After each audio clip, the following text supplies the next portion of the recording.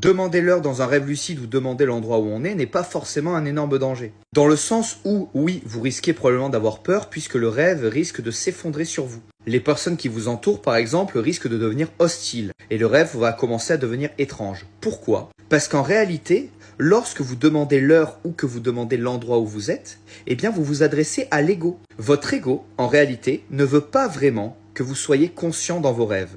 Il ne veut pas vraiment que vous soyez conscient dans les mondes subtils. Donc en réalité, lorsque celui-ci va se rendre compte que vous êtes conscient, il va s'opposer à vous. C'est exactement le même principe que dans la paralysie du sommeil.